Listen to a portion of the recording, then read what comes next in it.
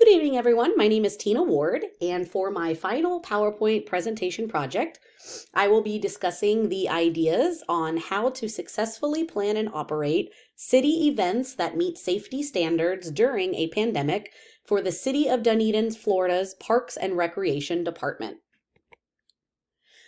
A quick overview. So bringing normalcy and entertainment and to have the ability to help bring a community together has always been an important goal for the City of Dunedin's Parks and Recreation Department.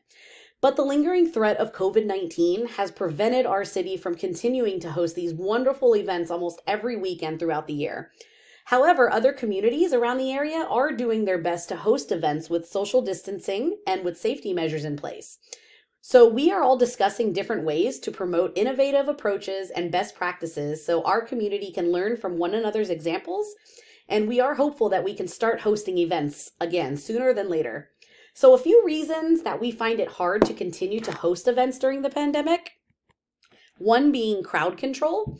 Because of our city's popularity with events, we tend to gain more guests at our events in the city of Dunedin than other surrounding cities. Over half of our events are hosted outdoors, so when we have street closures, the people are walking very close together and it makes it very difficult to practice social distancing measures. Another reason why we find it hard to continue to host these events during the pandemic is sanitation and cleanliness. During our large events, the city can bring in over 20,000 people. The problem is finding an efficient way to clean and sanitize properly, making sure that all guests are always wearing their masks, promoting social distancing, and having our city staff clean as much as possible. And the last reason why we find it hard to continue to host these events during the pandemic is communication. The City of Dunedin finds it difficult to properly communicate with all guests and all event promoters at the same time during the pandemic, and to make sure that all safety measures are in place. So the City of Dunedin's Parks and Recreation Department is known for enhancing the quality of life and helping to create memorable experiences by connecting the community through parks, recreation, and culture. The Parks and Recreation everyday goal is to touch the lives of each and every person that visits or resides within the city through innovative activities, facilities, and services for all ages. Another great thing that we are known for is hosting amazing special events that bring joy to our community. In order to host these events once again, we must do the proper research and work together among our own staff, our sister cities, and the residents of the community. This project will be discussing the following topics. How can the city maintain crowd control? What measures are needed to properly sanitize and clean all areas during an event? And can the city communicate with everyone at the same time so we are all at an understanding of what needs to be done?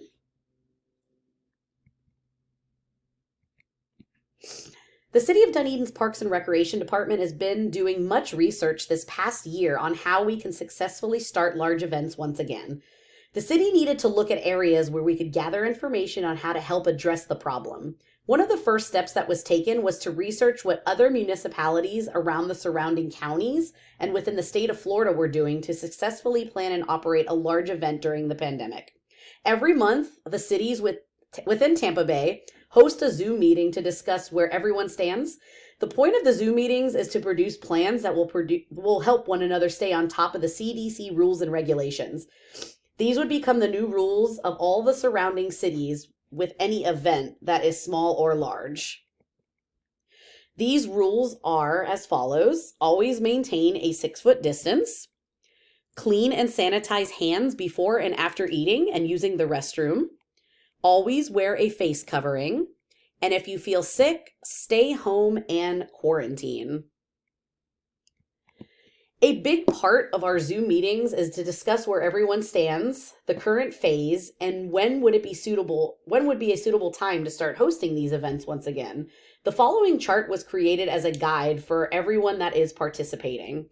So as we look at this chart, it's not likely to continue back to normal until April or June of this year, 2021. But still, the risk of hosting an event is still at a moderate area. Not high, but it's still risky of hosting a large event. To complete this mission, the City of Dunedin's Parks and Recreation Department staff, along with other surrounding cities and the residents of Dunedin, came together and discussed the following topics. We must mandate a crowd of 250 people or less for any large outdoor gatherings. We must assign a designated sanitation team to wipe down all surfaces every 15 to 20 minutes. And before the event begins, city teams will discuss the rules and regulations with everyone involved. After many discussions among the different municipalities, innovative ideas were thought of on how to host similar or smaller scale events in the meantime. These events will keep people safe by maintaining a 6-foot distance, getting the community to go outside and breathe the fresh air, spending time with your family and friends, and most importantly, feeling some sense of normalcy again. So some of the ideas that we came up with on a smaller scale would be hosting virtual 5K races where participants can race at their own pace with no crowds around them. Drive-in movies where guests can stay inside their cars at all times. Outdoor band concerts where we could possibly mark circles in the grass with no more than 10 people per circle and keep at a 6-foot distance of each circle. And hosting holiday drive-through events. With all of the holidays that are coming up, patrons can drive in their cars, they don't have to get out, and they can stay safe. As the City of Dunedin's Parks and Recreation Department continues to research ways on how to safely host events for the community, the city accepts the fact that it is just not safe to host a large event just yet. We must take into consideration the safety and health of everyone around us, and until we know that the COVID-19 numbers have dropped extensively, we will continue to only host small events where people can properly social distance, always wear a face covering, and keep all areas clean and sanitized. There's no way that too many people can congregate safely just yet. Although some of the community is ready for large events, the city constantly updates our social media pages, our website, and we offer times where people can call into our recreation centers and speak with staff on updates.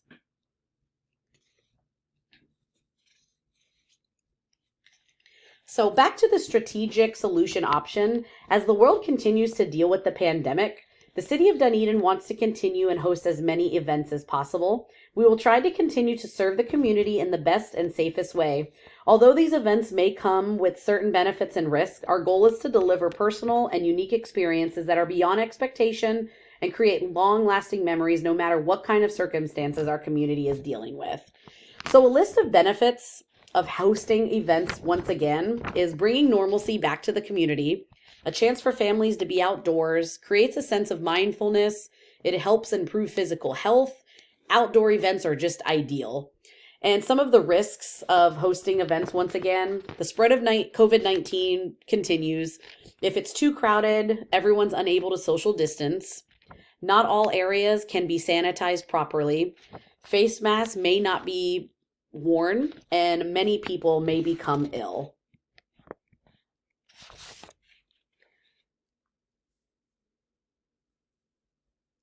As part of the special events team, our implementation plan with the City of Dunedin, we have thought of unique ways to stay in touch with our residents and the outside community to make everyone aware that we are still here.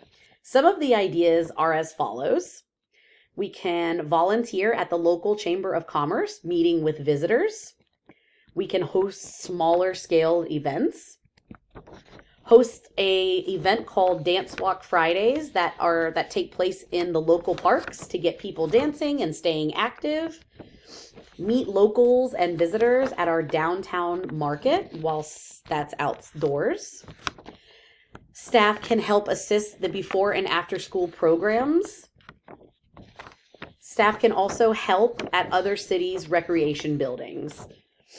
And we can plan and implement smaller scaled programming and activities for both children and adults.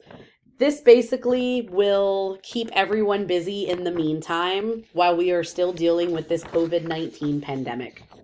So as a city staff member, we must create ways to stay as busy as possible, do everything we can to give back to the community during these unprecedented times. It takes hard work, patience, and perseverance to accomplish this mission. Bringing joy to the lives of people is our passion, and we must fight and continue to make events happen despite what we are faced with. The only time will heal us, and we look forward to hosting our large events once again. So this basically wraps up the PowerPoint presentation. I hope everyone can take something back from this and learn from it. It has been a pleasure. Again, my name is Tina Ward, and this was my final PowerPoint presentation on how to successfully plan and operate city events that meet safety standards during a pandemic. Take care.